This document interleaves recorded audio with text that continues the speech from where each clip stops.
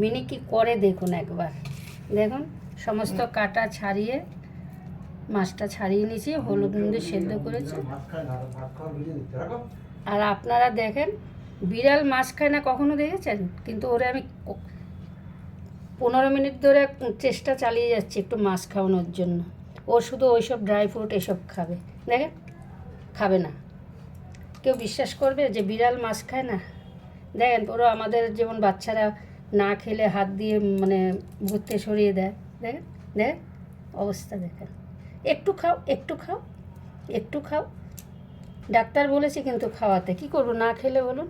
দেন কতটা মাছ খাবে না, কিছুতেই খাবেন। দেখুন মুখই খুলতে পারছি না, অন্য খাবার দেই, ওরই খাবার দেই, দেখবেন কী সুন্দর খেয়ে নাও নাও নাও, একটু একটু একটু খাও, একটু খাও, দেখেন হাত দিয়ে সরিয়ে দেয়।